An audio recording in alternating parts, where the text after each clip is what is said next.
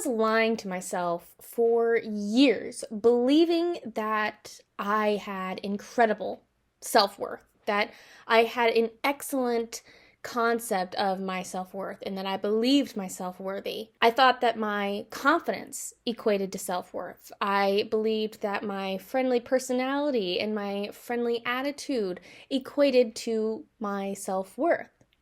What I discovered, though, was that my self-worth was basically non-existent. I had absolutely no self-worth. What I truly believed was that I only had worth if I had a certain job, if I made a certain amount of money, if I wore certain things, if I lived in a certain place, if I drove a certain car. I believe that all of those things is what made me have worth, is what made me have self-worth. I didn't believe that I had self-worth merely because I was a human being, merely because I was a person, merely because I existed. I didn't believe I had worth. And so today, I'm going to share with you how you can start to realize and tell whether or not you have self-worth, whether or not you believe yourself worthy of whatever it is you want in your life. And if you don't have self-worth, I'm going to share with you some boosters that are going to help you develop your self-worth. So the first way that you can start to tell whether or not you have self-worth is notice if you are stressing out about what your status in life is compared to your friends and your families. I realized that for me, I was hyper aware of the fact that, oh, this friend is doing this in her life, and this friend is doing this in her life, and these family members are doing these things in their life. I'm not, I'm doing this, or perhaps I'm slightly behind according to the social norms. And I was basically equating my self-worth to whether or not I was keeping up with them. I was stressed about, oh man, am I living in the same kind of apartment as they are? Oh man, am I in the same kind of relationships they are? Oh man, am I making the same amount of money? Able to take the same vacations? Am I able to keep up with them? And I was so stressed about keeping up, and when I couldn't, because I was only focused on making more money, not my life purpose, as we've talked about in past videos about whether or not you are living according to your purpose. I was so focused on making money, and I was so focused on doing things to just make money and not to live a passionate lifestyle, not to live a lifestyle that I loved. I was so hyper-focused on that I couldn't make any ground. And then what happened? Well, I just stayed stuck. I stayed stuck. Not to mention, because I was so hyper-focused on whether or not my life could compare to my friends and family's life, because I was so focused on that, I, once again, lacked self-worth. I didn't believe myself worthy of success because, well, I wasn't as successful as they were. Do you see that? Do you see how it's just this vicious cycle of I want to keep up with them? That must mean I'm not keeping up with them. That must mean I'm not worthy. And because I'm not worthy, I can't keep up with them. And so it just weaves itself into this vicious cycle of I don't have self-worth. I can't keep up with the people I want to keep up with.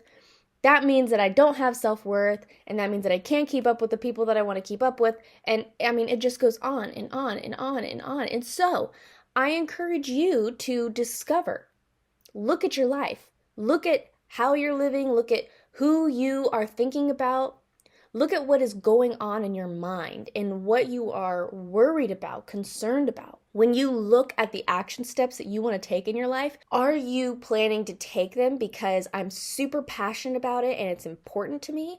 Or are you taking these actions simply because, well, that means that I might make as much money as so-and-so, and that means that I can keep up with them. That means that my life is comparable to theirs. That is a great measurement of telling whether or not you have any self-worth, because if you had self-worth, you would not be comparing yourself to anybody. You would not be worried about oh man, what's so and so doing? Because you, if you have self worth, you realize that you you don't have to keep up with people. You don't have to keep up with people because you have value where you are. The second way to tell whether or not you have low self-worth or non-existent self-worth is to notice if you have dreams and goals that seem to always get put off for no particular reason. Now, this I do want to clarify. If you are, for example, a mother of small children in particular, but just a mother, then sometimes, yeah, there are things that sort of get in the way of your dreams and your goals, right? Because you have children. But I think that there is still room for those little nuggets of time where you can pursue your dreams and your goals. Just the little nuggets of time. And what I hear a lot of people saying is, doing things that I love in the cracks of my day, in the cracks of my life where, oh, I have 10 minutes here. Oh, I have 30 minutes here, that kind of deal. But in general, are there dreams and goals that you just put off? I will take my fitness journey as an example. I am a lifter, I'm a weightlifter, and I do yoga and I do Pilates, and I'm really into fitness and health. I like it. It's fun for me. And I like to sort of challenge myself, and I think that it teaches me about work and it develops my work ethic. If you don't put in the work, then you don't get the result. And so it just sort of develops a really good work ethic inside of me. But for the longest time, especially the first 2 years in college, as typically happens, my health and my fitness goals were always low on the totem pole. It was like they were important to me. And I wanted to do them. But I kept getting wrapped up in I have to keep up with these people, and I have to be perfect, and I have to do this in order to be worthy, in order to have value, in order to, right? And so while what I valued, what I wanted, what I found as important and what was a priority to me and what my dreams and what my goals were to live a healthy and fit lifestyle, that was all put on hold because I was worried about being worthy in the eyes of all of these other incredibly intelligent people at my school. I did not believe myself worthy. I didn't believe I had self-worth, didn't have any self-worth, because I thought that my dreams and my goals were not as important because they were only important to me. I believed that in order to have worth, I had to follow and cater to the dreams and goals other people had for their lives and that other people assumed that I had for my life. And so what was truly important to me, what I valued, what made me feel good, what made me excited, what made me happy, what made me just feel really good, I didn't do. It wasn't a priority. It wasn't important to me because it wasn't important to somebody else. And I believed that my worth came from how somebody else saw me. And I think that is at the core the issue that a lot of us have when it comes to self-worth, is that we don't believe we just have it because we exist. We believe that we have worth if somebody assigns it to us. If somebody assigns us worth, then okay, now we're talking. And this could be in, thumbs up. This could be on that little gold star sticker that people put on our papers. This could be in a good grade. It could be in a promotion. It could be on a good job review. It could be, right? It could be any of those things. It could be small things. It could be little things. I know for me, there were certain moments where I would say something about, well, I'm sort of looking at doing this for my career. And if somebody that I valued their opinion was like, oh, that is a great idea. Oh, then yes, I was going to pursue that because they assigned me worth. That's not what they intended to do. That's not what they were saying. They were not saying that my worth was found in my career decisions, but that's what I did.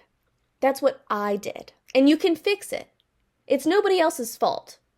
Okay, I want to reiterate that. It's nobody else's fault whether or not you have self-worth. This is all something that you can take control over, that you can digest. And so if you have a dream and a goal that you just keep putting off, that you just keep, you know what, no, I don't need to do that because nobody else thinks it's cool. Nobody else thinks it's a good idea. If you just keep putting it off, then that is a huge sign that you don't believe that you have any worth, because you don't believe that what you want is important. The third way that you can tell whether or not you have any self-worth, or if your self-worth is non-existent, is to notice whether your happiness is a priority in your life, or if you subconsciously but desperately are trying to please someone else. This was a biggie for me. This was huge for me when I realized that I was desperately only trying to make somebody else happy, proud of me, and somebody else, I wanted to make somebody else champion me. I wanted to make somebody else happy with my decisions. I realized that while the degree that I chose to go to school for, that whole decision, it was a wise decision, it was a great decision, and it is going to serve me well in the future. But I realized that I landed on that decision because when I would tell people, oh, I'm thinking about going to school for accounting and finance, when I would tell people that, they lit up. They were happy with my decision. They were proud of me. They thought it was wise. They thought it was smart. They thought it was good. Now, if I said to these people, yeah, I want to be a YouTuber when I was 18 years old, they'd be like, no. But when an 18-year-old says, yeah, I'm going to go to school for accounting and finance, and I'm thinking about being a CPA and, yada, yada, yada. When somebody hears that, oh, yes, right? Like, we champion that. It's not because people don't want us to have our dream lives. That is not why. If somebody truly loves us, then yes, they want us to live our dream life. They want us to have our dreams, obviously. But they are worried about us. That's what I came to realize, is that people worry about us when we're doing something unconventional, unknown, sort of strange, and outside of the realm of known careers in particular, and known choices and decisions. When we make those moves and make those decisions and have those dreams and goals, it scares people. And so they don't champion it. They don't applaud you for taking a risk. They applaud you for making a decision that is known. The result is known. And for me, I realized that I had prioritized the happiness of the people who were around me instead of my own. I was making it my priority to obey my parents, to respect my parents, to make sure that I wasn't making my family uncomfortable, making sure that my family knew I was safe. I wanted to be dependable. I wanted to be trustworthy. And in my mind, that meant that I made just the smart, run-of-the-mill decisions and lived the smart, run-of-the-mill life. I was not prioritizing what Ellison wanted. And how that translates is what you want, Ellison, is not important. You aren't worthy enough. Your dreams aren't worthy enough. What you desire, what you are passionate about, what is important to you is not worthy of time, attention, or investment. That's what that tells you. That is what living your life, prioritizing the happiness of others, that's what that tells you, is that what you want doesn't matter, and that you are not worthy of what you want. That what you want is just something in your mind, but it doesn't matter, it's not important, it is not to be pursued, and that the only thing that matters is making other people happy and making sure other people are comfortable with you and your decisions and your life. And so do you see how that translates into, well, I'm not worthy. Well, I can't do that because it's different and weird and strange. And that's going to make other people uncomfortable. And, you know, I'm not worthy of making other people uncomfortable. I'm not important enough to make other people uncomfortable. That's somebody else's job. That's somebody else's skill. Somebody else is worthy of making other people uncomfortable. When you are desperately trying to simply make other people happy with your life, you are telling yourself that what makes you happy isn't good enough. It's not good enough. And that is a direct hit to your self-worth. It abuses your self-worth. It beats your self-worth. It extinguishes your self-worth. Now, the 3 boosters to your self-worth, I feel like they're pretty self-explanatory, but sometimes when people say things that are obvious, it gives you permission to pursue things that are obvious, don't you think? So the first booster to boosting your self-worth is to prioritize yourself. Prioritize yourself. When somebody, when the masks come down in the airplane, you don't put the mask on somebody else first. You put your own on first, and then you help, right? You prioritize yourself. I mean, that is just the law of survival, right? Take care of yourself first so you can take care of other people. When we have low self-worth or non-existent self-worth, though, we completely fail to take care of ourselves, to prioritize ourselves. And we only live to please other people, not to serve them. We're not serving them in any way. We just want to please them. We just want to make them happy. We're not helping them in any way. We're just trying to cater to them. And so the first way that you can really boost your self-worth is to prioritize yourself. And sometimes that is in the smallest way. Like I said, for me, health and fitness is a priority in my life. Now, I do not get to work out and exercise for hours every day. And when I was in college, that certainly wasn't happening, especially in the first 3 years. So, how did that look? Well, that looked like, I can do a 15-minute Pilates class every night. I can do that. I can eat a salad instead of a cheeseburger. Right? I prioritize myself in very small ways. Do you need to spend time by yourself? Do you need some alone time in your life? Do it. Even if it's just for 10 to 15 minutes every day. Do it. Prioritize yourself. What do you want? What do you want? When I started this YouTube channel, it is so easy when you're starting something that's not making money. It's not making money yet. When you start something, it's so easy to say, yeah, I don't have time for that right now. But when I decided I want this to be my job, it became a priority. And what does that look like? That looks like, somebody invited me over to their house. Okay, I can come later because I have work to do. This is my work. I prioritize it. I prioritize myself. I prioritize what I love and what is important to me. Even if the person I'm telling that to is like, okay, yeah, she's got to film her YouTube videos, right? I prioritize myself because what I want is important. I have self-worth. You have self-worth. It is that you do not believe that you have self-worth. So we need to reprogram that. We need to change that. The second booster is to look at yourself apart from your friends and family. I think that we just try to compare ourselves. We're constantly comparing ourselves. And friends and family that are within close proximity of us, they can sometimes make us feel the absolute worst about ourselves. Sometimes it's not because they're trying. They're just living their own life. But we look at their life and then we try to match them. And what ends up happening is, once again, what you want, it's not pursued. It's not, it's not done.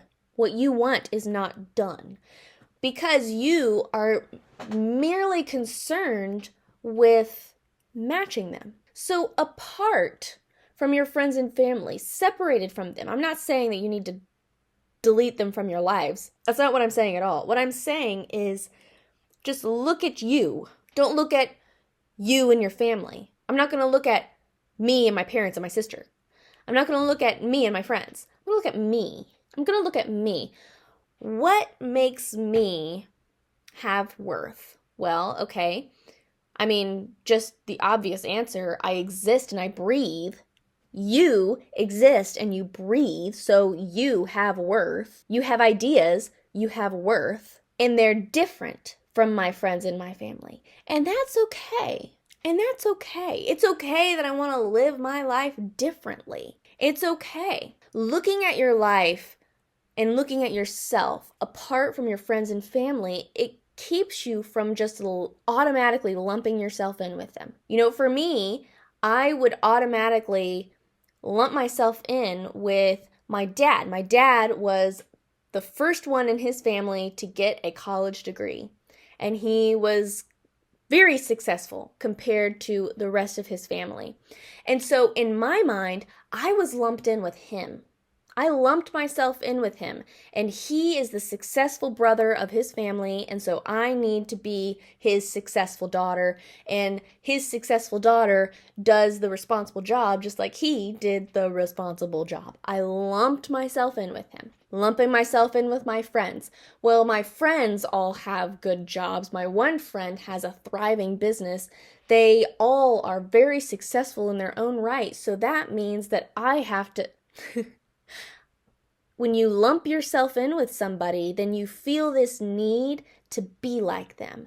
And you instantly put what you desire your life to look like and your goals and your dreams and your purpose, what you want your life to look like, you put that on the bottom of the, no priority at all. What you want has no priority because you simply want to stay in the lump. You simply want to stay in the lump of your family, of your friends. So look at yourself apart from your family and friends. What do you want? What's important to you? What makes you you apart from them? Because you're an individual. Sure, you're a part of a group, but you're an individual too. That's the beauty of being a human. Sure, we title ourselves a certain way in order to put ourselves with some group of people, right? It's your last name, it's where you live, it's, what kind of community you live in, it's the kind of things you believe. You lump yourself in with people. But the beauty of being human is that you're also an individual. You're a part of the group, but the only way that you have power when you're in that group is when you realize that you're an individual too, and that you have worth as an individual. And the third way to boost your self-worth is to discover what makes you happy, to focus on it, and to devote yourself to working on it a little bit every day.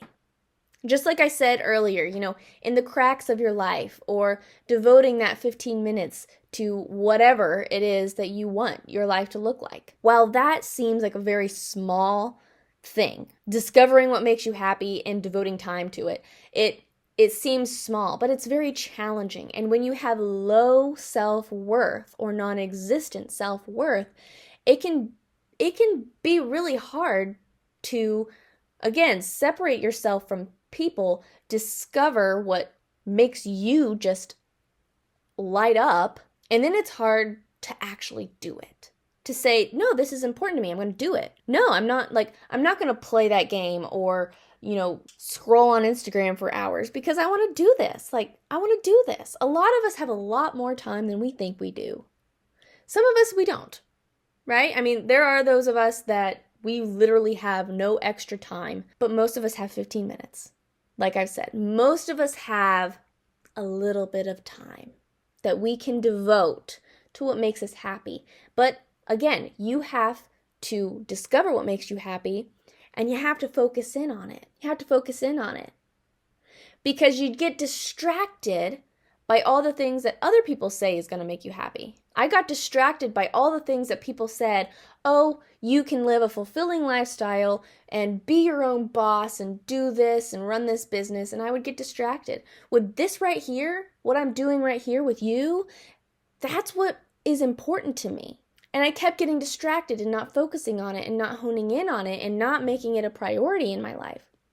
Not spending the time every day working on it. But when I focused in, when I said, nope, this is what makes me happy, and I focused in on it, then I was able to realize that what I want has value. Who I am has value. My goals have value. It's important. Sure, it's not what somebody else wants. Sure, it's not what somebody else's goal is, but it's important. It's valuable.